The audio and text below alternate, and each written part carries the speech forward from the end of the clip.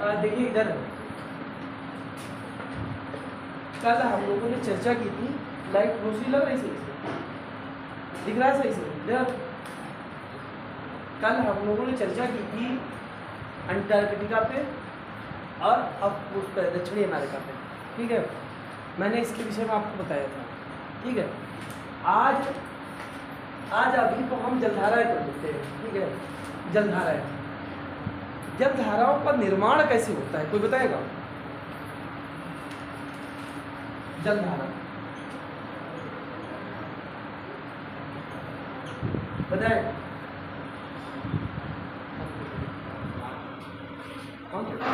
हाँ, जलधारा का निर्माण कैसे होता है बताएं? पवनों के प्रवाह से होता है। ताप, दाब, लवणता और पृथ्वी की घूर्णन गति के कारण।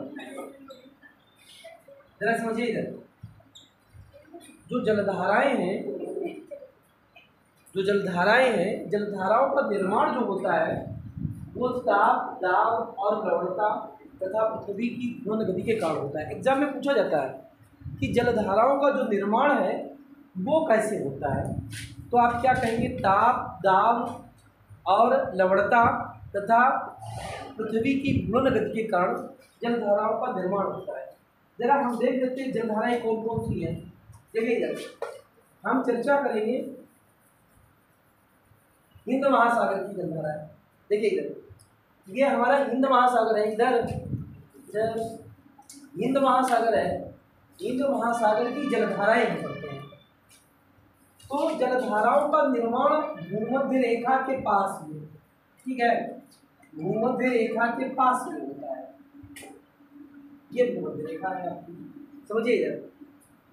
यहाँ पर ये हिंद महासागर का भाग है और हिंद महासागर का कौन सा भाग है? ये उत्तरी भाग है, ये वाला दक्षिणी।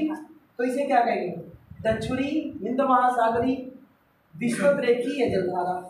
और ये जलधारा जब आगे आती है अफ्रीका के पास में, दो भागों में बढ़ जाती है। इस वाली जलधारा को कहते हैं अगुलभास की जलधारा, इस वाली को कहते हैं मोजाम्बिक की जलधारा। और बीच में क्या है? मेडागास्कर। और ये जल प्रवाह इधर चला जाता है ऑस्ट्रेलिया की तरफ, ठीक है। ऑस्ट्रेलिया के ये पश्चिमी भाग से इधर मूव हो जाता है और ऑस्ट्रेलिया के पश्चिमी भाग से मूव होता है, इसलिए इसे पश्चिमी ऑस्ट्रेलिया ही चलता है। समझिए इधर। अच्छा, ठंडी गर्म के बारे में चर्चा करें। देखिए इधर ये ग्लोब है, ये भूमध्य रेखा है, ठीक है। ये मकर रेखा है, ये कर्क रेखा है। सूर्य की किरणें पूरे साल इसी के बीच में लंबवत रहती है। सूर्य की किरणें पूरे साल इसी के बीच में लंबवत रहती है। जैसे यहाँ पर 21 जून, यहाँ पर 23 सितंबर, और यहाँ पर 22 दिसंबर, यहाँ पर मार्च, ठीक है। ये जो सूर्य है इसी के बीच में सदैव पूरे साल रहता है, ठीक है। तो इस क्षेत्र में ये क्षेत्र है, ठीक है। ये क्षेत्र सबसे गर्म क्षेत्र होता है, ठीक है। तो यहाँ से जो जलधारा है वो की तरफ जाएगी इधर, वो कैसी होगी? गर्म होगी। अरे भाई, यहाँ पर एक हीटर रखा है बड़ा सा, ठीक है। यहाँ से जो हवा आएगी वो कैसी आएगी? गर्म आएगी। अगर यहाँ पर एसी लगा है, ठीक है, तो यहाँ से जो हवा निकलेगी कैसी निकलेगी? ठंडी निकलेगी। समझिए इधर, यहाँ से जितनी भी जलधाराओं का निर्माण होगा वो कैसी होंगी? गर्म होगी। कैसी होंगी? गर्म होगी, ठीक है। और जब ध्रुव से इधर आएगी कोई, वो क्या होगी? ठंडी। समझिए, ध्रुव की तरफ से आने वाली जलधाराएं कैसी होंगी? ठंडी होगी। और विषुवत रेखा की तरफ से आने वाली कैसी होंगी? गर्म होगी।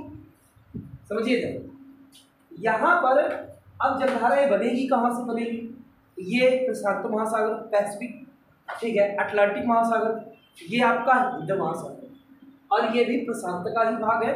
ग्लोब जैसे हम लगाएंगे, ठीक है, तो ये पूरा ये टच हो जाएगा। ये भी प्रशांत, ये भी आपका प्रशांत, ठीक है। हम इस महासागर के बारे में बात कर रहे हैं। ये महासागर हमारा कौन सा है? हिंद महासागर, ठीक है। हाँ, जो लवणता है, हाँ, ये जलधारा के मतलब कैसे जुड़ रही है? अच्छा, देखे ना, जैसे आपने कहा ताप, ताप बढ़ता है, पूरा सब पूरा बता देते, सबके बारे में बता देते। ताप बढ़ता है, अगर बरसात होती है तो सबसे ज्यादा योगदान किसका होता है? टेम्परेचर का, ठीक है। टेम्परेचर अगर हवाएं चलती है तो योगदान किसका होता है? हवाएं चलती है, टेम्परेचर का। अरे एक सीधा सा उदाहरण, अगर गांव से बिलोंग किए होंगे, इधर गांव में क्या होता है, ये गांव आपका, ठीक है, यहाँ पर क्या हुआ, बहुत ज़्यादा गर्मी लग रही है, समझिए इधर बहुत ज़्यादा गर्मी लग रही है, सब लोग कहते हैं एक पत्ता भी हिल नहीं रहा, ठीक है। तो क्या हुआ, यहाँ की जो हवा थी ना, तापमान बढ़ने के कारण क्या हो गई, ऊपर उठ गई। तापमान बढ़ने के कारण क्या हो गई, ऊपर उठ गई, ठीक है। उसके बाद क्या हुआ, यहाँ पर वैक्यूम क्रिएट हो गया। वैक्यूम का मतलब क्या, लो प्रेशर हो गया, लो प्रेशर एक क्रिएट हो गया। और उसके बाद हवा क्या है, हवा हाई प्रेशर से, चाहे हाई प्रेशर इधर है, इधर है, तो इधर से क्या आ जाती है, आंधी आ जाती है। तो ताप का भी वही हाल रहता है जलधारा के निर्माण में। जिधर से जा रही है, अगर विषुवत रेखा से जा रही है तो कैसी जलधारा होगी, इधर इधर देखिए, अगर विषुवत रेखा से जा रही है कैसी है, गर्म है। क्यों गर्म है, क्योंकि सूर्य की किरणें लंबवत रहती है, ठीक है। दाब जैसा प्रेशर जिधर लगेगा जलधारा उधर निर्मित होती है, ठीक है। घूर्णन गति, पृथ्वी घूर्णन गति करती रहती है, ठीक है, जलधारा का निर्माण होता रहता। बात कर लेते हैं लवणता, ठीक है। लवणता के आधार पर अगर पूछा जाता है समुद्र में जो लवणता पाई जाती है कितने प्रकार की पाई जाती है, नहीं पता, ठीक है, 47 प्रकार की पाई जाती है, 47 प्रकार की पाई जाती है, ठीक है। जैसे पानी, पानी जमता है 0 डिग्री सी पर। अरे भैया फ्रिज है घर में, फ्रिज है, जमाया पानी, जमाया पानी कि नहीं जमाया, जमता है, फ्रीजर में रख दीजिए जम जाएगा। अच्छा कभी ऐसा किया है तुमने, उसमें हल्का सा नमक डाला, हल्का सा नमक डाला, जमाया, बोलिए बोलिए इधर। अरे तुम्हें पता तो होगा, कुछ अनुमान तो होगा, अगर हल्का सा नमक डालें, अच्छा तुमने जमाया नहीं, ठीक है, पता नहीं क्या, अगर हम हल्का सा भी नमक डालेंगे इधर तो उसका जमाव बिल्कुल नहीं होगा।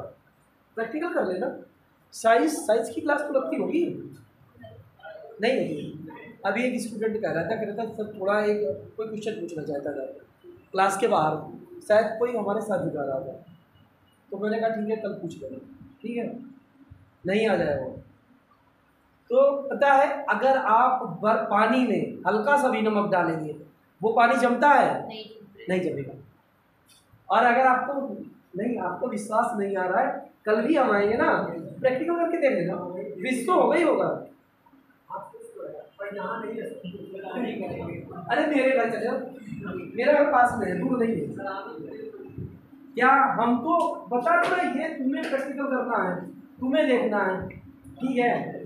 अच्छा इधर अगर इन लोगों से पूछो ऐसा होता कि नहीं होता, अगर हमने जैसे नहीं, अभी बहुत से लोग क्या करते हैं, पानी जमाएंगे, जमाते बर्फ बनाते, आप ऐसा करिए ना, उसमें हल्का सा नमक मिला दीजिए जा करके, चाहे उसका टेम्परेचर जितना 0 कर दे घर वाले, ठीक है, कभी भी वो पानी बर्फ जमने वाला नहीं है।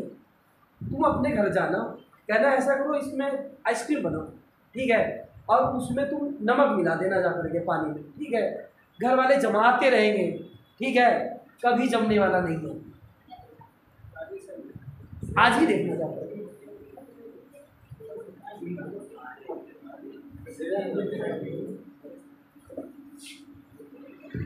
देखें, ताप है, दाब है, और पृथ्वी की घूर्णन गति है, और क्या है, लवणता, इस पर निर्भर करता है।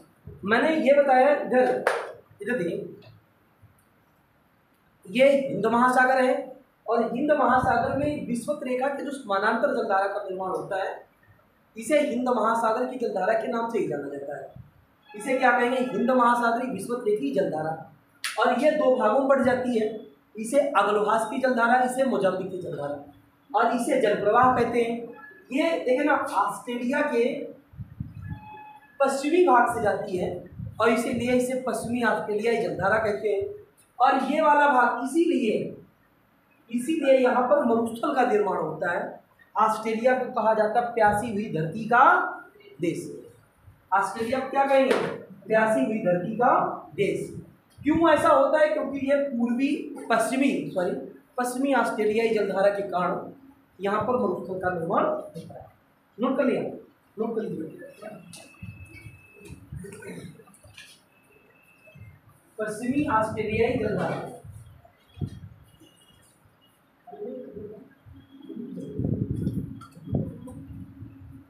पश्चिमी ऑस्ट्रेलियाई जलधारा, ठीक है। आगे बताएं, नोट कर लिया। ठंडी जलधारा है, और सब कैसी है, गर्म है।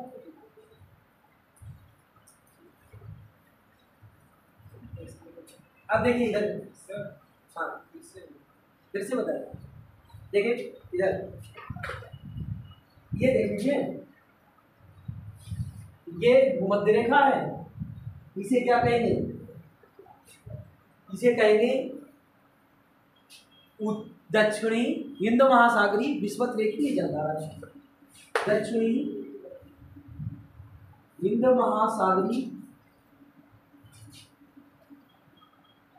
विषुवत रेखीय जलधारा। ये दो भागों में बढ़ जाती है, एक को कहते हैं अग्लभास, एक को कहते हैं मोजाम्बिक की जलधारा। और ये जल प्रवाह आ जाता है, और इसे क्या कहेंगे, पश्चिमी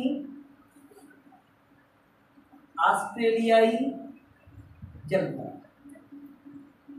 और ये कैसी है, ठंडी है।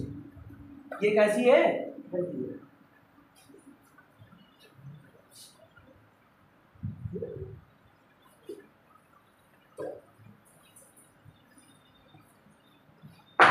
इधर देखिए, इधर यहाँ आ जाए,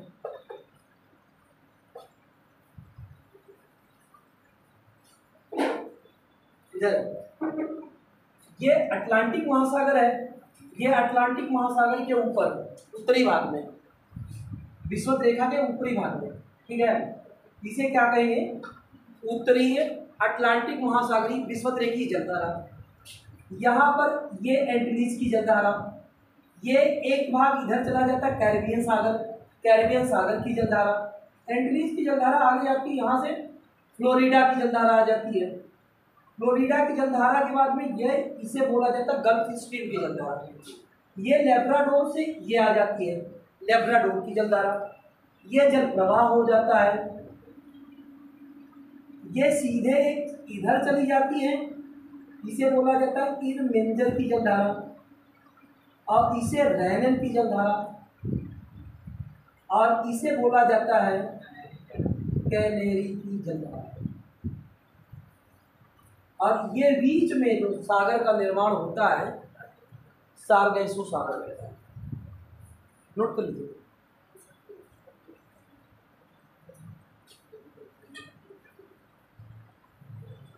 नोट करिए, जल्दी से नोट करिए। अलग से बना दें क्या, अलग से बना दें? हाँ कुछ बोलिए। यहाँ आगे बैठ जाओ, थोड़ा पीछे बैठो, आगे आ जाओ, इधर आ जाओ, इधर देखिए, इधर फिर से देखिए। ये भूमध्य रेखा है, ठीक है, इधर इसे कहेंगे उत्तरी अटलांटिक महासागरीय विषुवत-रेखीय जलधारा। इधर ये जैसे ही आगे जाती है इसे क्या बोलते हैं,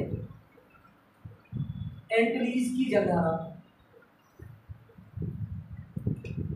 और इसका एक पार्ट इधर चला जाता है, इसे बोलते हैं कैरिबियन सागर की जलधारा।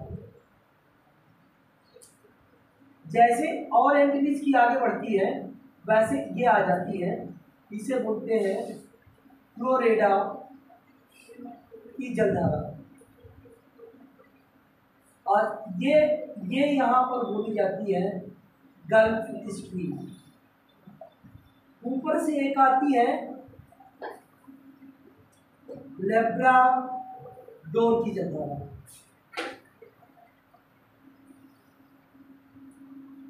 लेब्राडोर की जलधारा, अब समझिए जरा इधर, ये जब यहाँ पर ऐसा एक ये ठंडी आ रही है और ये कैसी है, गर्म है, तो यहाँ पर का पानी जो होता है हल्का गुनगुना टाइप का होता है, मत्स्य पालन के लिए सबसे उपयोगी पानी है। ये वाला जो है ये क्षेत्र मत्स्य पालन के लिए सबसे अधिक उपयोगी है। मत्स्य पालन के लिए सबसे अधिक उपयोगी है। हाँ क्या है, हाँ नाम होता है, फ्लोरिडा पड़ता है, कैरिबियन सागर पड़ता है, तब उसी के नाम पड़ता है। इधर ये देखिए यहां से इधर ये जल प्रवाह आ जाता है, ऊपर एक जलधारा चली जाती है,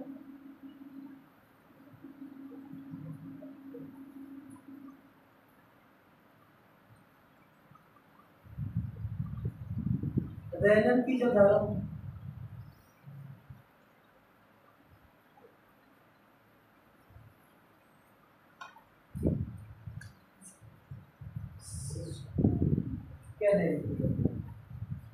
ठीक है।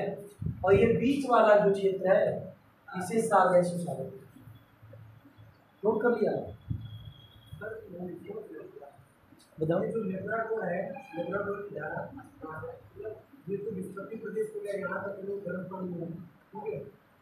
ये जो गर्म पानी रहेगा तो उन्होंने पानी सुखाया जाएगा, उनको लेब्राडोर की धारा से तो ऐसा कुछ फैक्टर ही नहीं है, गर्म ना मतलब पानी तो गर्म है, ठंडी है ना, एक ठंडी वो आपको अच्छा ये तो यहाँ इधर को आ रही है, तो वहाँ पे तो ऐसा कुछ फैक्टर नहीं है कि गर्म का मतलब गर्म पानी नहीं, ये गर्म नहीं है, यहाँ से जो जलधारा आती है लेब्राडोर की जलधारा ठंडी जलधारा है। मैंने कहा जब ध्रुवीय क्षेत्र से जलधारा आएगी, ठंडे क्षेत्र है, वहां से जो जलधारा आएगी वो जलधारा कैसी होगी, ठंडी होगी। और जो यहाँ से इनमेंजर की जा रही वो कैसी होगी, गर्म। सही है। हाँ सर, देखो वहाँ से पानी जो आ रहा है नीचे की तरफ दूर से, तो मतलब इसका क्या कारण है कि उधर से पानी आ रहा है? नहीं देखिए ना, वो ठंडा है क्या? वो ठंडा वहां से जैसी जलधारा आएगी सदैव ठंडी ही आती है।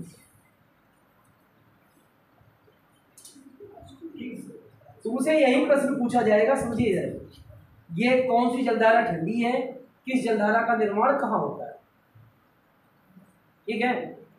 आगे आ जाइए, आप बताएं, इधर देख लीजिए जरा, इसे हम क्या बोलेंगे, इधर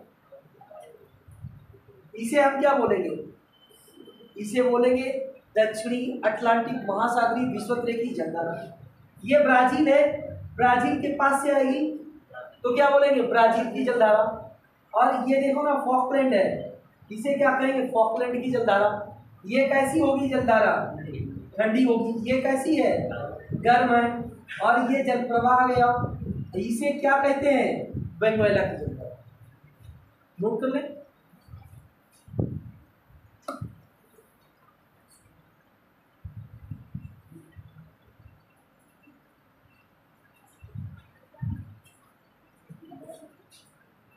दक्षिणी अटलांटिक महासागरीय विषुवत रेखीय जलधारा, इसे कहेंगे ब्राजील की जलधारा, इसे कहेंगे फॉकलैंड की जलधारा।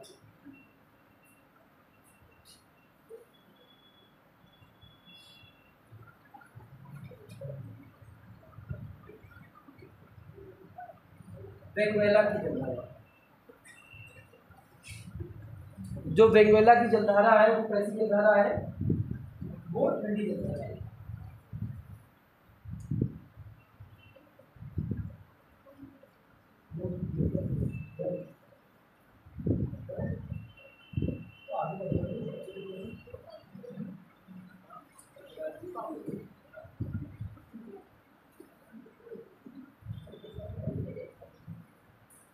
इधर फिर देख लीजिए, इसे बोलेंगे, इधर इसे बोलेंगे दक्षिणी अटलांटिक महासागरीय विषुवत रेखीय जलधारा, इसे बोलेंगे ब्राजील की जलधारा, ये फॉकलैंड की जलधारा, ये वेनेजुएला की जलधारा।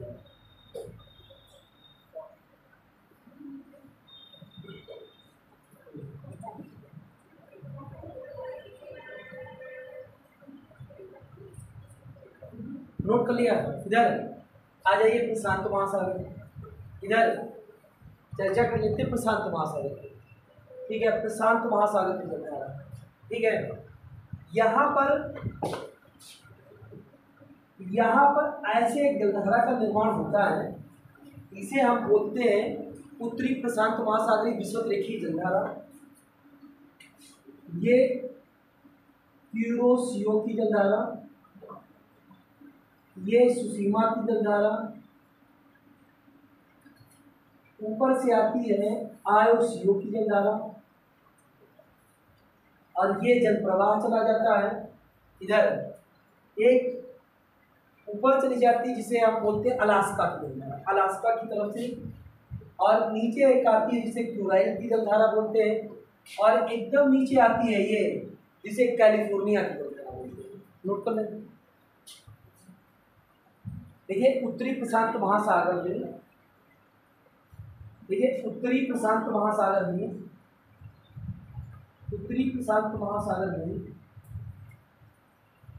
ठंडी जलधारा है, ठंडी जलधारा है, आयोसियो की जलधारा, क्यूराइल की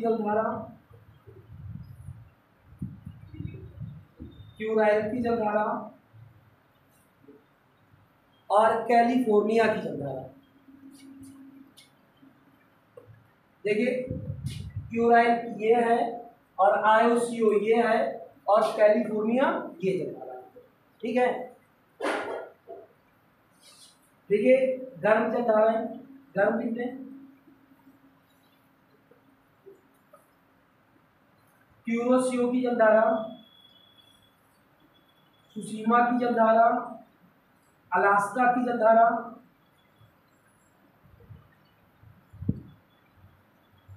ये कैसी है? गर्म है।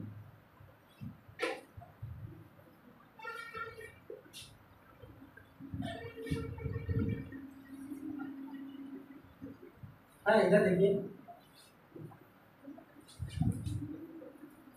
बात करते हैं प्रशांत महासागर के दक्षिणी भाग में। ठीक है, दक्षिणी भाग में बिल्कुल ऐसे ही एक जलधारा का निर्माण होता है जिसे कहते हैं दक्षिणी प्रशांत महासागरीय विषुवत रेखीय जलधारा। फिर ये ऑस्ट्रेलिया के पूर्वी भाग में, ऑस्ट्रेलिया के पूर्वी भाग से जाती है, इसे कहेंगे पूर्वी ऑस्ट्रेलियाई जलधारा,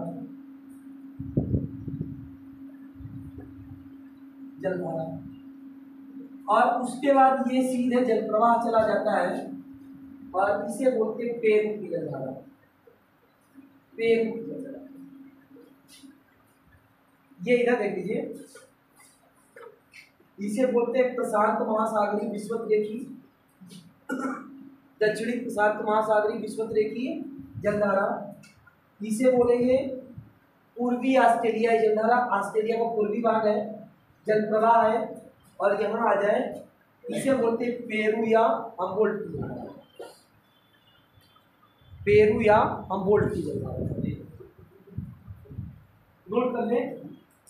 देखिए दक्षिणीय प्रशांत महासागर में चलने वाली ठंडी जलधारा कौन सी है? पेरू या हम्बोल्ट की जलधारा। और गर्म कौन सी है? पूर्वी ऑस्ट्रेलियाई जलधारा। पूर्वी ऑस्ट्रेलियाई जलधारा।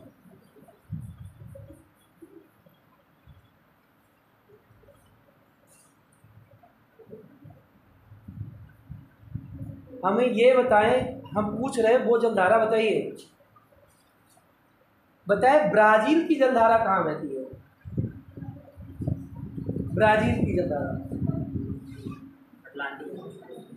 अटलांटिक में। ठीक है, उत्तरी अटलांटिक में या दक्षिणी अटलांटिक? अच्छा, वेनेजुएला की जलधारा कहाँ बहती है?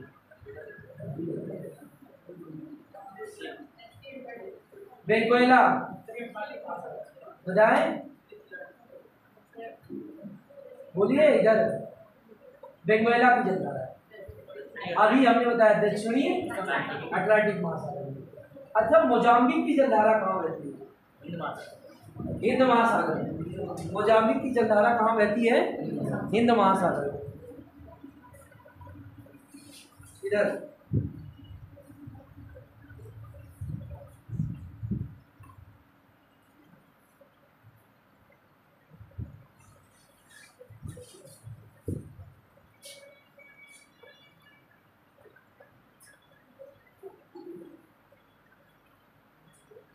चैप्टर अगला डाले पवन। हाँ,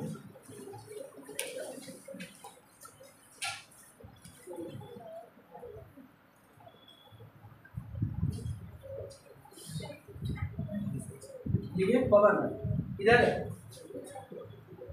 जैसे आप जानते हैं सदैव हवा हाई प्रेशर से लो प्रेशर की तरफ बहती है। समझिए इधर, हवा सदैव हाई प्रेशर से लो प्रेशर की तरफ बहती है। ठीक है, अगर हम बात करते हैं यहीं पर पवनें होती कितने प्रकार की? प्रकार बताए जरा। 3 प्रकार? नहीं, 2 प्रकार। एक को स्थायी, एक को अस्थायी कहते हैं। अस्थायी नोट कर लें, एक स्थायी होती है और एक अस्थायी होती है। स्थायी पवनें एक को कहते हैं अस्थायी,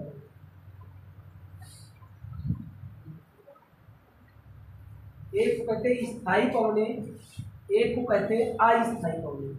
अच्छा, स्थायी पवनों में कौन कौन सी होती हैं बताइए? स्थायी पवनों में होती है व्यापारिक पवनें, पछुआ पवनें, और कौन सी होती है? एक व्यापारिक हो गई, एक पछुआ पवनें हो गई, एक ध्रुवीय पवनें। ध्रुवीय, व्यापारिक पवनें, पछुआ पवनें और ध्रुवीय पवनें। अच्छा, यहाँ अगर हम बात करें अस्थायी में कौन कौन सी होती हैं बताइए? अस्थायी, अस्थायी में होती है मानसूनी पौधे,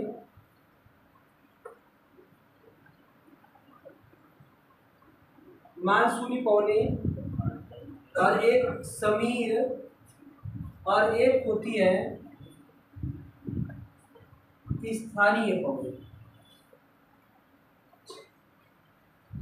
मानसूनी पौधे और एक होती समीर, एक होती है स्थानीय पौधे। इधर जो मानसूनी पौधे हैं ये 2 प्रकार की होती है। एक होती ग्रीष्मकालीन, एक होती कौन सी? शीतकालीन। समीर भी 2 होती है,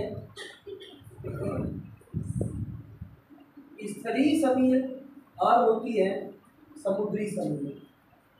ये स्थानीय पवनें भी दो प्रकार की होती हैं, एक होती है गर्म, एक होती है ठंडी। एक होती है गर्म और एक होती है ठंडी। नोट कर लिया?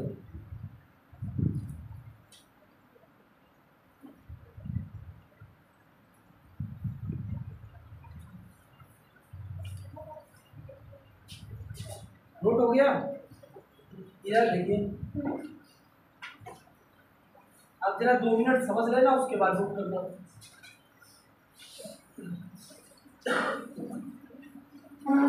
इधर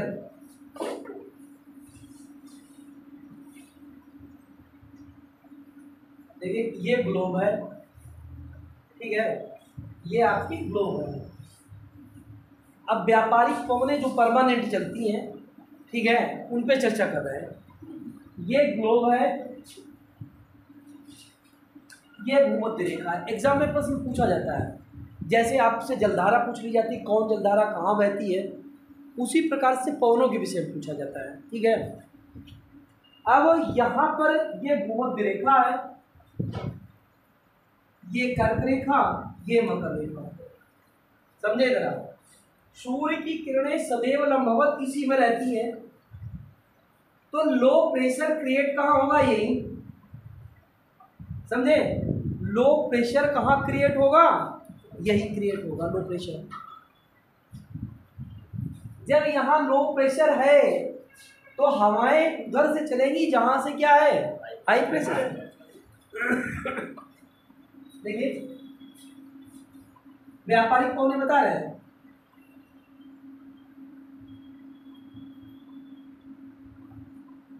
तीस या 35 डिग्री से,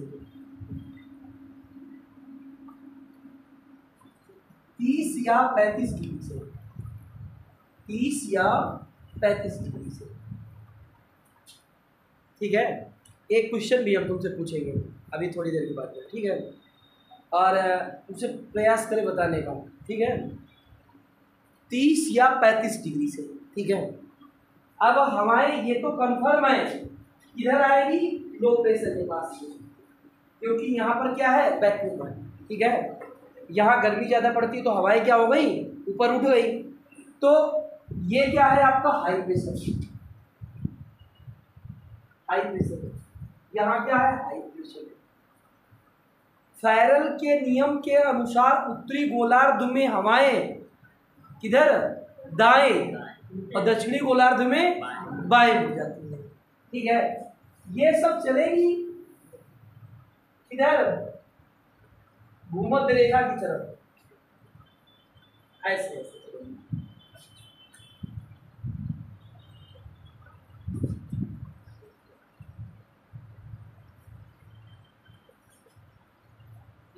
नोट कर लीजिए। हेडिंग डाले व्यापारिक पवनें, व्यापारिक पवनें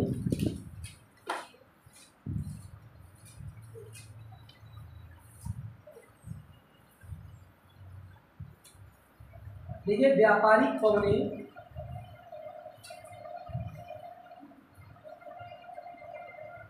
दोनों गोलार्ध में चलती हैं। व्यापारिक पवनें दोनों गोलार्ध में चलती हैं। ये पवनें 30 या 35 डिग्री अक्षांश से, ये पवनें दोनों गोलार्ध में 30 या 35 डिग्री अक्षांश से ध्रुव की तरफ चलती है। वो 30 या 35 डिग्री अक्षांश से विषुवत रेखा की तरफ बैठती है, विषुवत रेखा की तरफ चलती है।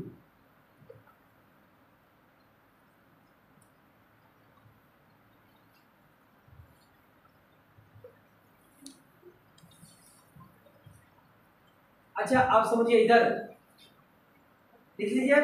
फेरल के अनुसार, फेरल के नियम के अनुसार, फेरल के नियम के अनुसार उत्तरी गोलार्ध में दाएं दाएं तथा दक्षिणी गोलार्ध में बाएं होती है। उत्तरी गोलार्ध में दाएं तथा दक्षिणी गोलार्ध में बाएं। अब इधर देखिए जरा,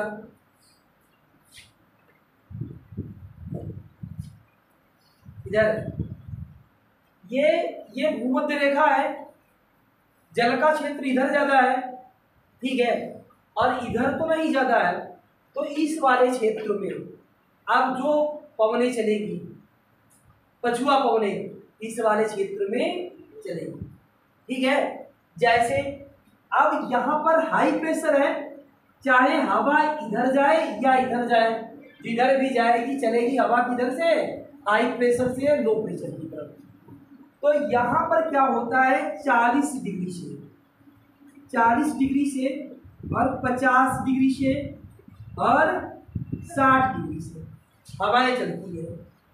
ये जो चलेगी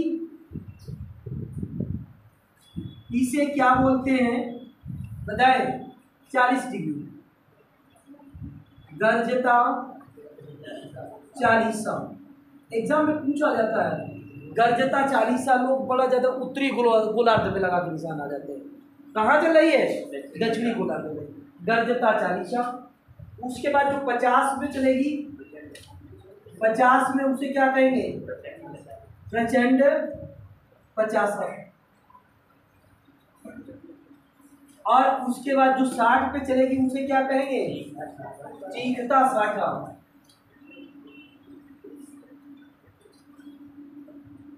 देखिए जो 40 डिग्री अक्षांश से चलती है, जो 40 डिग्री अक्षांश से दक्षिणी गोलार्ध में चलती है, दक्षिणी गोलार्ध में चलती है, उन्हें गर्जता 40 के नाम से जाना जाता है, उन्हें गर्जता 40 के नाम से जाना जाता है। और जो 50 डिग्री अक्षांश से चलती हैं, जो 50 डिग्री अक्षांश से चलती हैं, उन्हें प्रचंड 50 के नाम से जाना जाता है, उन्हें प्रचंड 50 के नाम से जाना जाता है। और जो 60 डिग्री अक्षांश से चलती है, जो 60 डिग्री अक्षांश से चलती है,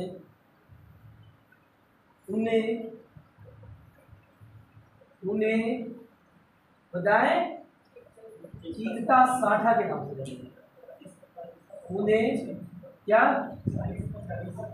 40 में 40, 50 में 50, 60 में 60। गलती पता कहाँ होती है, गलती सब लोग ज्यादातर ये कर देते हैं, ये दक्षिणी गोलार्ध की पवनें हैं और उत्तरी गोलार्ध में चला देते हैं, गलती बस यही होती है। अब समझिए इधर, ये तो यहाँ तक चली, ठीक है।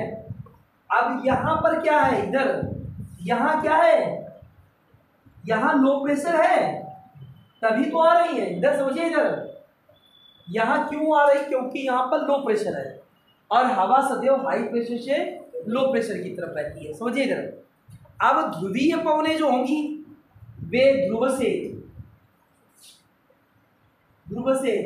60 या 65 तक आएंगे, 60 या 65 डिग्री अक्षांश तक आएंगे। ये पवनें कौन सी है, ध्रुवीय। और ध्रुवीय पवनें दोनों गोलार्ध में बहती है, नोट करें। देखिए ध्रुवीय पवनें 80 डिग्री या 90 डिग्री, 80 डिग्री या 90 डिग्री अक्षांश से, 80 डिग्री या 90 डिग्री अक्षांश से 60 या 65 डिग्री अक्षांश की ओर चलती है, दोनों गोलार्ध में।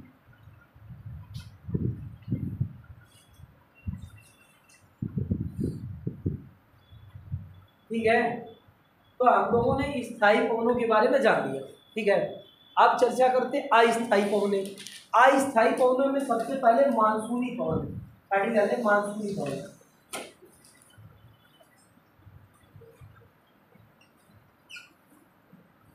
सबसे पहले हेडिंग डालें मानसूनी पवन। अच्छा, मानसूनी पवनें सूर्य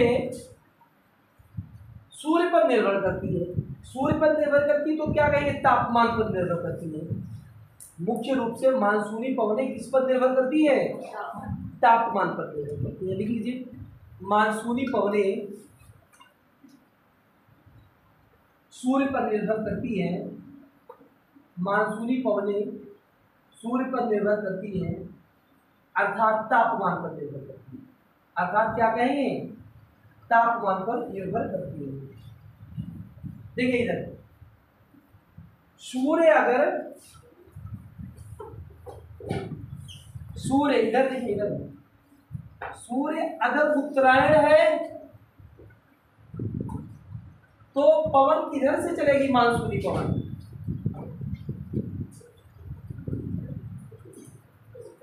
बताइए, सूर्य अगर उत्तरायण है तो पवन किधर से चलेगी, बिल्कुल सही, दक्षिण से उत्तर की तरफ चलेगी। अर्थात कहें दक्षिणी गोलार्ध से उत्तरी गोलार्ध की तरफ चलेगी। देखिए, सूर्य अगर उत्तरायण है तो मानसूनी पवन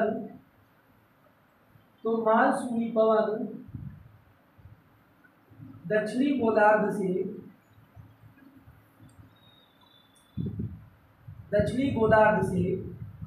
उत्तरी गोलार्ध की तरफ चलेगी।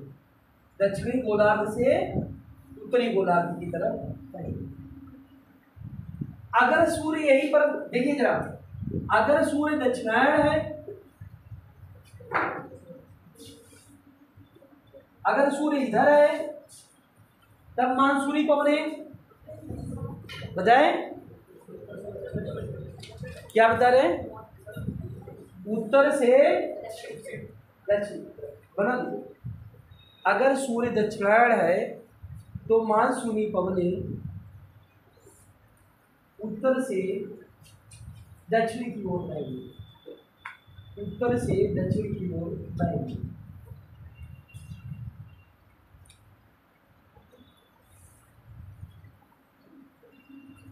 अब एग्जाम में एक प्रश्न पूछा जाता है स्थानीय पवनों के विषय में।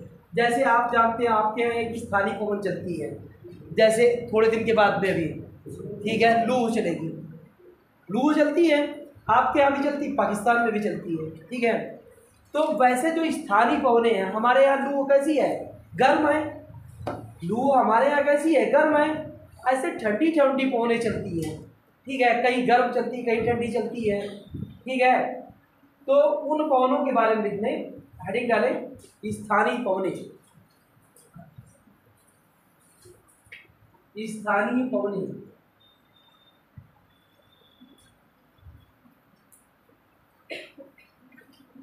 सबसे पहले लिखे यूएसए प्लस कनाडा।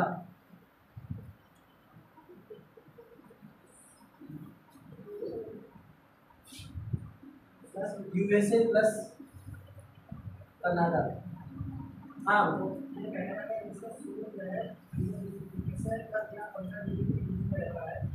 दस या 15 साढ़े 30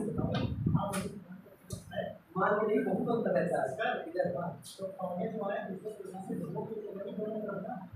नहीं, कौन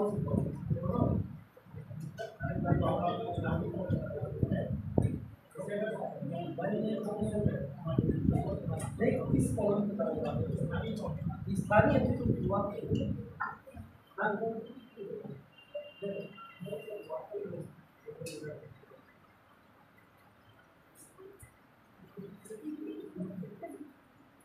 इधर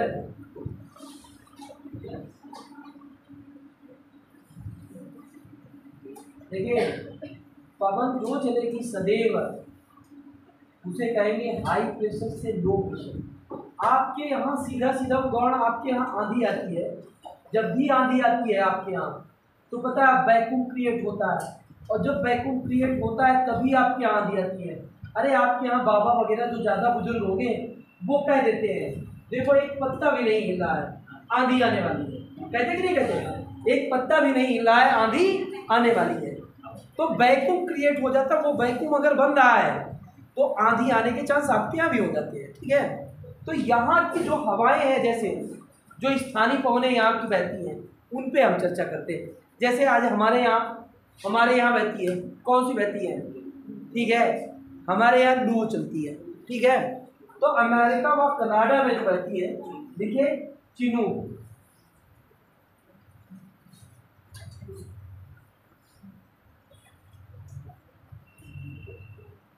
चिनूक,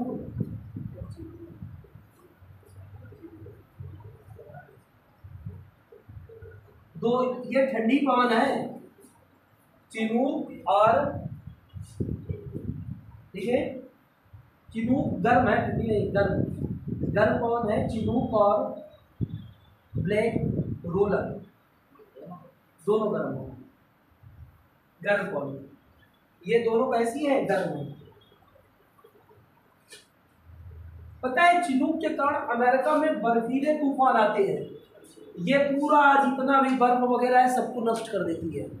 ये अगर देखें ना, चिनूक पवन बड़ा लाभकारी होती है। जब बर्फीले तूफान आते हैं और उसके बाद ये पूरा बर्फ वगैरह सब नष्ट कर देगा, इसी का कार्य रहता है चिनूक और ब्लैक रोलर का।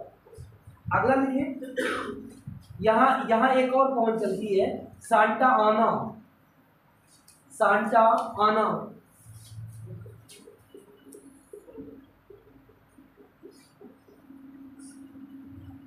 सांता आना। अब अर्जेंटीना लिख लें, अर्जेंटीना में एक पवन चलती है जिसका नाम है पंपेरो,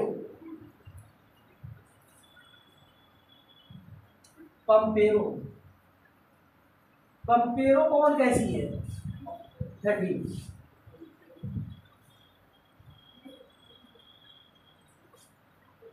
पंपेरो ठंडी है। उसके बाद देखिए फ्रांस व स्पेन,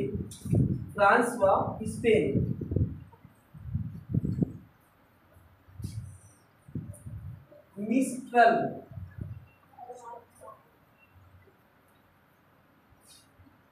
कैसी है मिस्ट्रल, बताएं, ठंडी पवन। और यहाँ पर एक गर्म पवन चलती है जिसका नाम है अलाया,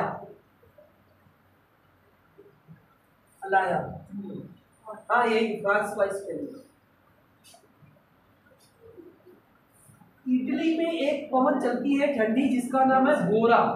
से अलाया हॉट विंड, गर्म विंड है। हाँ अलाया गर्म, ठीक है। देखिए इटली में एक ठंडी पवन है जिसका नाम है बोरा। मान लो ठंडक ज्यादा लग रही, व्यक्ति में क्या हो रहा, बोरा, ठीक है। इटली में ठंडी पवन है जिसका नाम है बोरा। अच्छा, यही एक पवन बहती है गर्म जिसका नाम है सिराको, ठीक है, सिराको, वही रक्त वर्षा का काम। देखो सिराको, ये ज्यादा पूछी जाती है, सिराको पवन ज्यादा पूछी जाती है इटली की। देखिए स्विट्जरलैंड एक पवन बहती जिसका नाम है फान,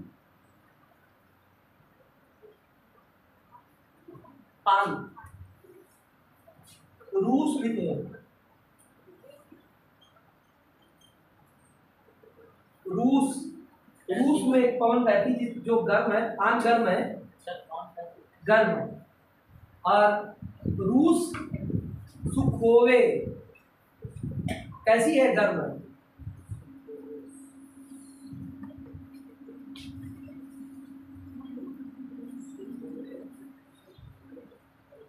सहारा मरुस्थल, देखिए सहारा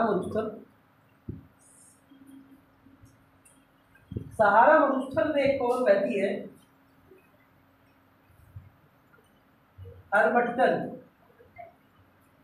हरमट्टन को गर्म पवन भी कहते हैं, गर्म है, डॉक्टर पवन कहते हैं। हरमट्टन को डॉक्टर पवन के नाम से जाना जाता है, सबसे बड़ा लाभकारी। अच्छा, डॉक्टर दाल किसे कहते हैं, मूंग की दाल को डॉक्टर दाल के नाम से जाना जाता है। और पता है मूंग तैयार होने में फसल तैयार होने में उसकी सबसे कम समय लगता है। मूंग तैयार होने में सबसे कम समय लगता है। ये 2021 के एग्जाम में पूछा गया था। एक प्रश्न आया था, धान तो नहीं, धान की खेती, क्या धान ऊसर में होता है? क्या ऊसर खेत में धान होता है?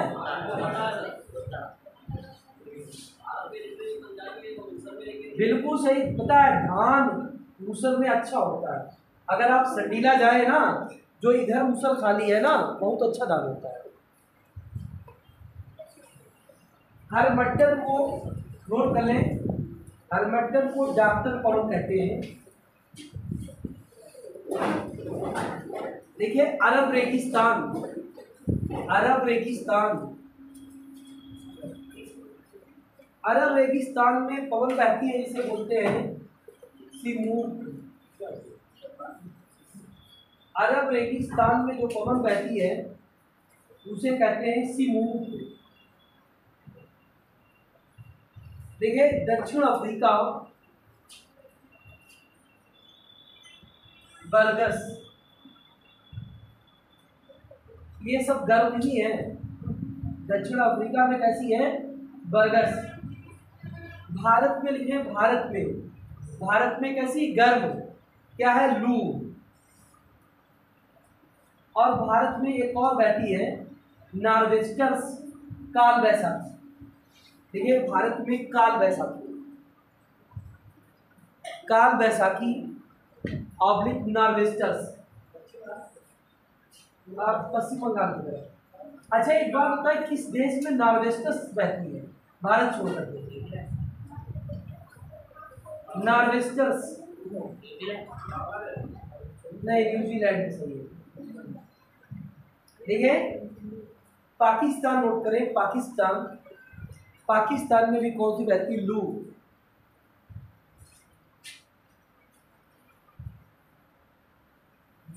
Australia, Australia brick fielder.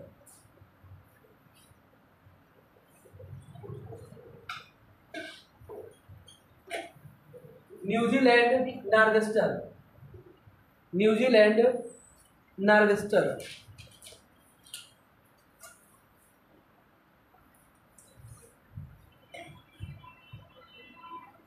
New Zealand में कौन सी है? नॉर्वेस्टर।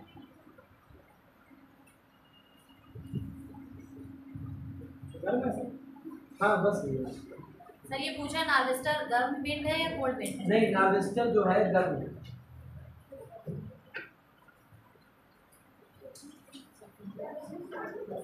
देखिए, हमने आपको बता दिया है महाद्वीप में, अंटार्कटिका बता दिया है और दक्षिणी अमेरिका बता दिया है। आज चर्चा करते हैं उत्तरी अमेरिका पर। हेडिंग डालें, उत्तरी अमेरिका।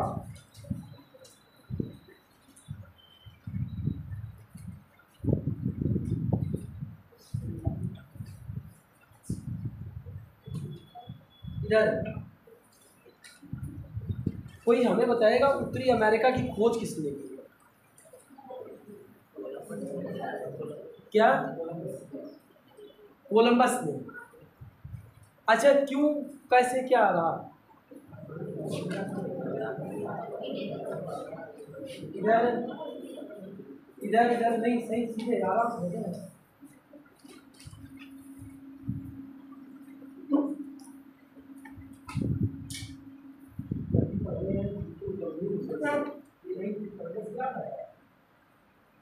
फायदे क्या है? एकदम गंभीर हो गया, पास में बात।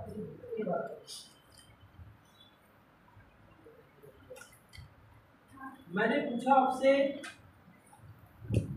अमेरिका की खोज करने जिसे नई दुनिया कहते हैं, क्या कहते हैं? नई दुनिया कहते हैं। समय, देखिए, एक चीज सबको पता है, समय बार बार नहीं मिलता है। और जो प्रकृति मारती है ना, प्रकृति जब मारेगी, तुम्हें लगता है माता पिता ने बहुत कुछ बना के रखा है, बहुत अच्छा है, मेरा मेरा जीवन कट जाएगा ना, प्रकृति से पिता की श्रवण नहीं करता है। व्यक्ति सोचता है, व्यक्ति सोचता है कि मैंने सही समय पर सही कार्य किया। जो पढ़ने के लिए आते हैं बिल्कुल 100% पढ़े, और नहीं हो सकता है बिल्कुल कोई काम करते हैं, कोई काम करिए, जो काम करेंगे 100% करेंगे तो अच्छा रहेगा। लगता है और पता है, बताओ। ठीक है, जैसे एक छोटा सा प्रश्न मैंने कहा, आपको प्रश्न देते हैं इधर,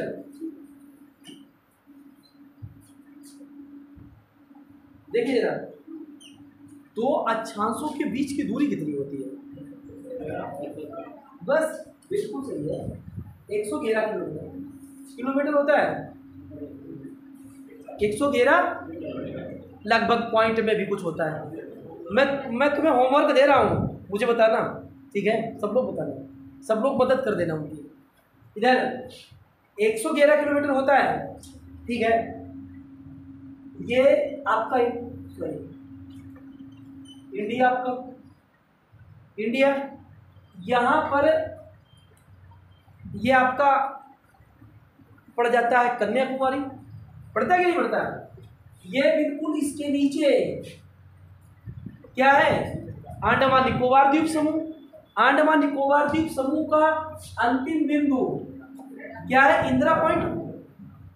इंदिरा पॉइंट, तो इंदिरा पॉइंट से भूमध्य रेखा की दूरी कितनी है? 800, किसने बताया? सही बोल, 876, बिल्कुल सही है, 876 किलोमीटर। इधर जरा कोई हमको बताए, यहां से गुजरने वाली अक्षांश रेखा का मान?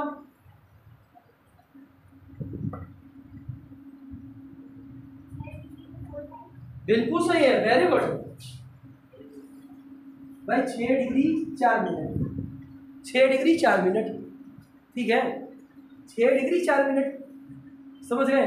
अभी मैंने प्रश्न नहीं पूछा तुमसे, अभी तो मैं तुम्हें बता रहा हूँ, ठीक है? अब सुनिए, इधर 0 डिग्री ये है, फिर उसके बाद 1 आया, 2 आया, 3 आया, 4 आया, 5 आया, फिर क्या आया? 6 आया, और दोनों के बीच में दूरी कितनी है? 111 किलोमीटर। सबके अक्षांश रेखाएं कैसी होती? समानांतर होती है। इधर जब ये 111, ये 111, ये 111, 600 तक जरा गुणा करो, 111 गुणा 6 कितना आ गया? इतने तो आएगा। ये कैसे आता है? 876।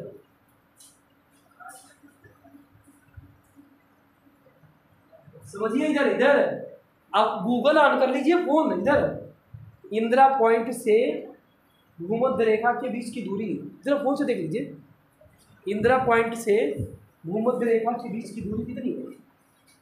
देख लीजिए, आप गलत नहीं बता रहे, यही बता रहे हैं।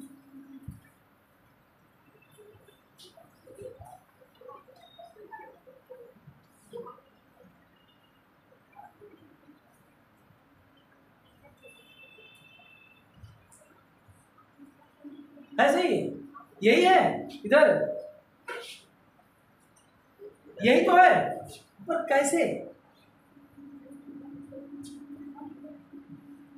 कैसे? इधर जरा सोचिए, मैंने कहा ये देखिए, इधर ये आपका इंडिया है, ठीक है? यहां से जो रेखा जाती है उसे क्या बोलते हैं? 8 डिग्री, ठीक है? और जो इंदिरा पॉइंट से जाती है उसे क्या बोलते हैं? 6 डिग्री बोलते हैं। 6 डिग्री की नहीं बोलते हैं, 6 डिग्री। और उसके बाद दो अक्षांशों के बीच की दूरी क्या होती है? 111। 111 तो होती है, 111। तो ये कैसे हो गई वहां तक? अगर 111 से मल्टीप्लाई कर दो तब तक वहां कैसे पहुंच जाओगे?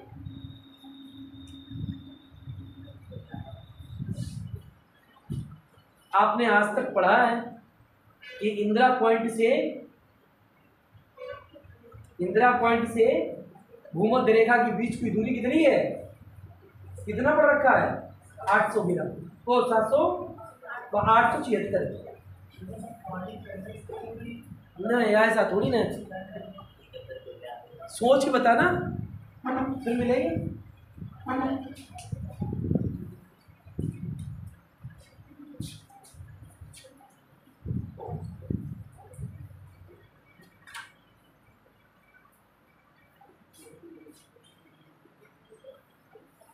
देखिए, इधर ऐसा हुआ, इधर देखिए, इधर इंडिया से मसाले जाते थे, मसाले जाते थे, ये फारस की खाड़ी से जाते थे, लाल सागर से जाते थे। इधर जैसे ये मसाले जाते थे तो यूरोप तक पहुंचने में टर्की मीडिएटर रहता था। टर्की बहुत ज़्यादा टैक्स लगाता था मसालों पर, ठीक है। फिर ये मसाले को लेकर के पूरे देश, पूरे यूरोप में, ये देखे ना, ये इंग्लैंड, स्पेन, पुर्तगाल, बहुत दूर में, बहुत लास्ट में पहुंचते थे ज़्यादा समय के बाद। और कोई चीज़ जैसे आपने यही बनी, यही बिक गई, ठीक है, हरदोई में कुछ बना, हरदोई में बिक गया, तो उसका रेट क्या रहेगा? कम रहेगा। किसान ने उत्पादन किया, ठीक है, आपने वही खरीद लिया, तो वो क्या मिलेगा? सस्ता मिलेगा। किसान लेकर के आया हरदोई से दिल्ली, तो वो क्या करेगा भाई? जो उसने यातायात में खर्च किया वो भी आपसे लेगा, ठीक है। तो उसका रेट क्या हो जाएगा? उस वस्तु का रेट क्या हो जाएगा? महंगा हो जाएगा। महंगा हो जाएगा कि नहीं महंगा हो जाएगा? तो कहने का मतलब ये है कि यहाँ पर मसालों के रेट ज़्यादा महंगे हो गए। जैसे आप आलू खाते हैं, कच्चा आलू खाते हैं, ठीक है, टेस्ट कोई नहीं आता है। आपको एक बार भुना हुआ आलू मिला तो आपने कहा अरे बहुत अच्छा टेस्ट है। उसी प्रकार ये सब नॉनवेज खाने वाले, ज़्यादातर नॉनवेज खाने वाले, और इन लोगों को एक बार मसाले का प्रयोग नॉनवेज में किया गया, टेस्ट बहुत अच्छा आया, तो उन्होंने कहा मसाला हमें मिलना चाहिए। बोले हमें क्या चाहिए? हमें मसाला चाहिए। और मसाले के लिए कहाँ, किसकी खोज करें? इंडिया पहुँचे। और इंडिया जाने का रास्ता जो है ना, इस रास्ते का उपयोग करेंगे तो इस रास्ते में ज़्यादा टैक्स पड़ेगा। हम लोग पानी से ही कहीं ना कहीं जाएंगे, इसकी खोज नहीं हुई। तो यहाँ से पता है कोलंबस निकलता है। कोलंबस जरा समझिए, उससे प्रेरणा लीजिए। कोलंबस से, कोलंबस निकला, आगे चला, कोलंबस समझिए इधर, कोलंबस आगे चला, और जैसे थोड़ा कोलंबस आगे बढ़ा, लोग जैसे कुछ, जैसे नहीं कल तुम्हें बता रहे थे भाई कि नहीं तुमसे ये नहीं होने वाला। कोलंबस से कहा कि भाई आगे कुछ नहीं, लगभग 1 महीना हो चुका, चलते चलते कुछ भी नहीं मिल रहा है, अब चलो वापस चलो। कोलंबस ने उसे उठाया और फेंक दिया अटलांटिक महासागर में। जैसे ऐसे 2-3 लोगों ने कहा, कोलंबस ने उठाया और उसे फेंक दिया अटलांटिक महासागर में। जितने साथी थे वो सब कहने लगे कोलंबस से, आगे चलो तो अभी मिलेगा, आगे बढ़ो कुछ मिलेगा। अब हौसला बढ़ाने लगे सब, समझिए इधर, हौसला बढ़ाने लगे।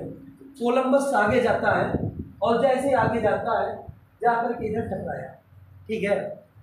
जब देखा कि हाँ मिल गया, क्या मिल गया है? नहीं, अमेरिका नहीं मिल गया है, इंडिया मिल गया है। कहा किसकी खोज के लिए? मसाले की खोज के लिए इंडिया मिल गया है। अरे तुमने उन्हें देखा है, डोनाल्ड ट्रंप को देखा है, चेहरा कैसा है? लाल, रेड कलर।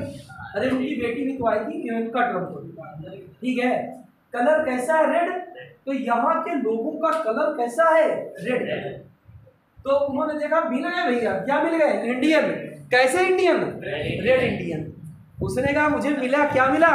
रेड इंडियन मिला। अगर तुमसे पूछे रेड इंडियन कहाँ पाए जाते हैं, ठीक है, इंडियन। अब समझिए, तो उसने जब शाम को रुका, उसने कहा मसाले लाओ, खाना बनाया जाए। अब भैया उनके पास मसाले कहाँ से? उनके पास मसाले कहाँ से? वो बोले क्या होता है? बर्फ। वो सब कहीं खाना देखता रहा, क्या खाते हैं, क्या करते हैं। जब उसे मसाले वगैरह नहीं मिले, तब उसने कहा ये पता नहीं क्या, मैंने कहाँ आ गए। फिलहाल उसने नाम तो रख दिया रेड इंडियन। उसके बाद जैसे नहीं तुम देखते हो, जैसे गांव गए, आज से 10 साल पहले की बात कर रहे हैं, बाइक ली, किसी कोई बाइक लेकर के आया, तो गांव के छोटे छोटे बच्चे क्या कहते हैं?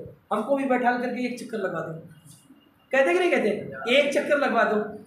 तो बहुत से लोगों ने क्या कहा उससे? 1 चक्कर लगवा दो। वो समझ गया यही मौका अच्छा है, उसने बैठाला भैया, पता है, बैठाल के 1 चक्कर लगवा के वापस कर दिया। और लोग आ गए, बोले 1 चक्कर लगवा दो। उसने सबको बैठाला, अपने साथियों को, नाव में आ जाओ। 1 चक्कर लगवा करके उसने वापस कर दिया, विश्वास आ गया। फिर 2-3 लोगों को और बैठाला, चलो तुम्हें एक बड़ा सा चक्कर लगवा देते हैं। उन्हें उसने वापस नहीं किया, सीधे ले आया, ठीक है, ले आया। और आकर के यूरोप में बताया कि सब जगह कि मैंने इंडिया की खोज कर ली है, परंतु क्या है, मसाले नहीं मिले। खोज तो हुई है, पर अब जो मसाले के लिए मैंने खोज की वो मसाले नहीं मिले। ठीक है, फिर तब तक क्या होता है पता है, वासिको डिगामा कैपा भूगोल का राउंड लगाते हुए अब्दुल माजिद के साथ में गुजरात के, ठीक है, कालीकट बंदरगाह तक आता है। हाँ केरल, अरे कालीकट ही समझ लो, केरल ज़्यादा मत बताओ, नहीं तो हम बताएंगे वो उसमें एक वो जो है बंदरगाह में कहाँ पर उतरा था। ठीक है, कहाँ पर उतरा था, कापक डाबू, किस जहाज से आया था, साउथ गैब्रियल जहाज से आया था, मत उसमें ज़्यादा चर्चा करो। ठीक है, ये मेरा दुर्भाग्य है, मैं ये मेरे सब्जेक्ट है, ठीक है। अब मुझे क्या क्वालिटी हिस्ट्री मेरे सब्जेक्ट है, समझ गए। हिस्ट्री में तुम वो गाजी की चर्चा करते हो, चाहे जो भी तुम जहाँ से, चाहे गांधी जी ने क्या किया, गांधी जी ने कब छोड़ दिया, पर हाँ इतना जरूर है, मुझे पूरी कहानी, जैसे नहीं कहानी एक चलती है, जैसे तुमने पढ़ रखा है, जैसे तुमने साइंस पढ़ रखी है, तुमने साइंस तुमने एक रटा है, इधर उधर देखा है, मैंने साइंस पे प्रैक्टिकल किया है, मैंने ये महसूस किया है। जैसे तुमने कहा न्यूटन का तीसरा नियम है, दूसरा नियम है, पहला नियम है, तो पहला नियम महसूस करवा दिया, पहला नियम अभिकेंद्री बल अपकेंद्री बल है, रंग किसमें ऊर्जा कम है, प्रकाश लाइट है, सब ऐसा नहीं। आपको लगभग 2-3 क्लास ऐसी हो जैसे बिल्कुल साइंस तो कुछ नहीं है, फिजिक्स तो ऐसा, फिजिक्स अगर बायोलॉजी की बात करें ना, बायोलॉजी तो पढ़ते हुए आनंद आता है, अगर एक बार पढ़ लोगे ना तो पता है वो लगेगा तुम्हें ये हमने कहाँ से सीख लिया है, ये फेल हो रहा है, कहीं पीटने में तो नहीं फेल हो रहा है। जब भी पढ़े, देखें जितना भी पढ़े बड़ा मन से पढ़े, ठीक है। हाँ इधर आ जाते हैं, इस पे इधर। तो इसे नाम क्या दिया गया, इसे नई दुनिया नाम दिया गया। और यहाँ की सबसे लंबी पर्वत श्रृंखला, सबसे पहले डाल दें निकले उत्तरी अमेरिका, देख लिया। इसकी खोज कोलंबस ने 1492 में की, 1492 में की। इसे नई दुनिया के नाम से जाना गया, इसे नई दुनिया के नाम से जाना गया।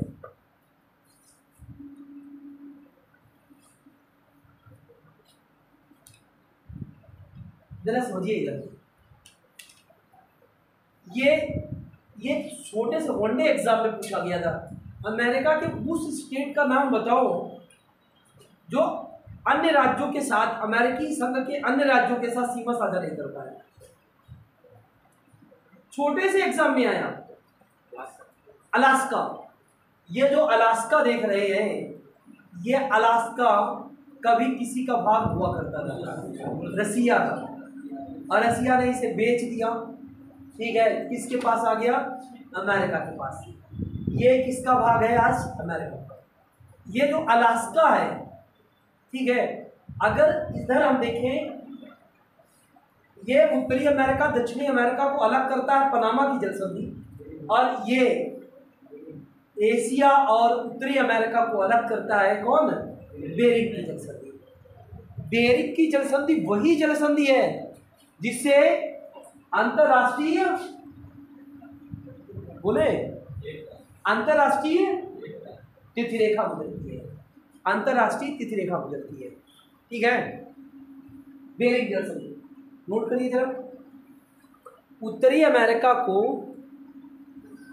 अमेरिका एशिया से अलग होता है, उत्तरी अमेरिका एशिया से अलग होता है,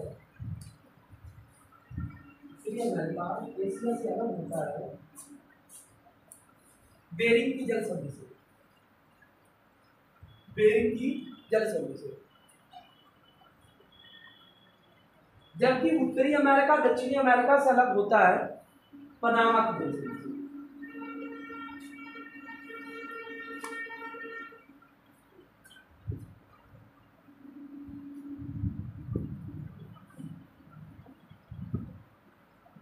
इधर इधर देखिए, अब यहां पर अब हेडिंग डाल ले, उत्तरी अमेरिका की पर्वत श्रेणियां, उत्तरी अमेरिका की पर्वत श्रेणियां।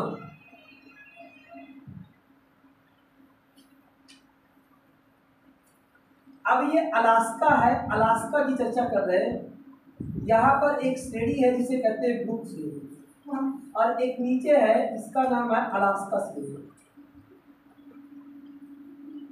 अलास्का की एक सबसे ऊंची चोटी है, उसका नाम है माउंट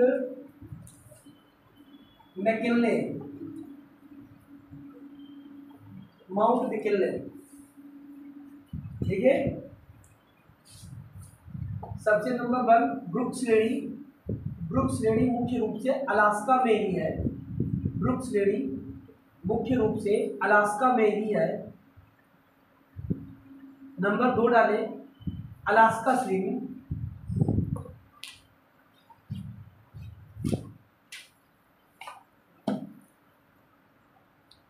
अलास्का श्रेणी, देखिए अलास्का श्रेणी भी अलास्का में है, अलास्का श्रेणी भी अलास्का में है। इसकी सबसे ऊंची चोटी का नाम, अलास्का श्रेणी की सबसे ऊंची चोटी का नाम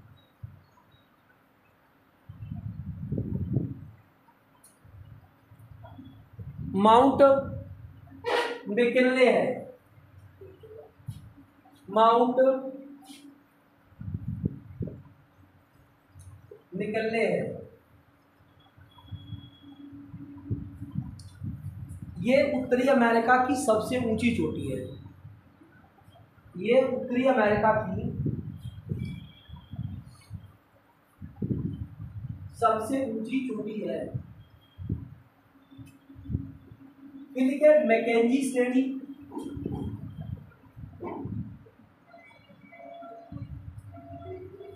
तीसरा लिखे मैकेंजी श्रेणी। देखिए मैकेंजी श्रेणी अलास्का व कनाडा के बीच में पड़ती है, मैकेंजी श्रेणी अलास्का व कनाडा के बीच में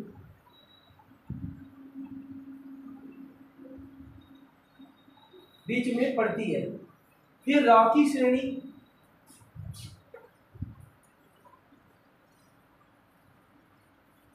देखिए रॉकी श्रेणी, नेक्स्ट है रॉकी श्रेणी। रॉकी श्रेणी कनाडा व अमेरिका के बीच में है।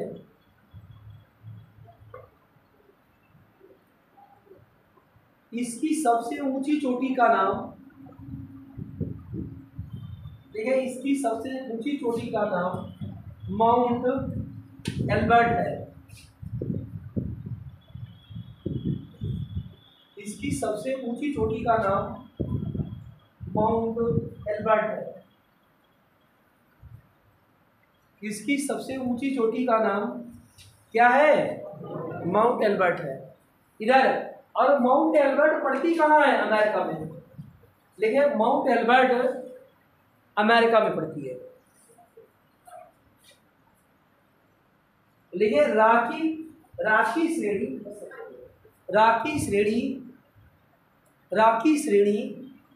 उत्तरी अमेरिका की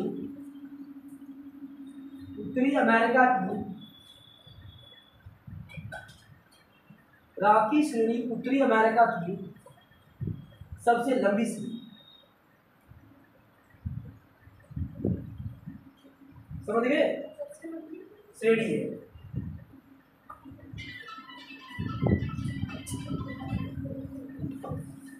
ठीक है।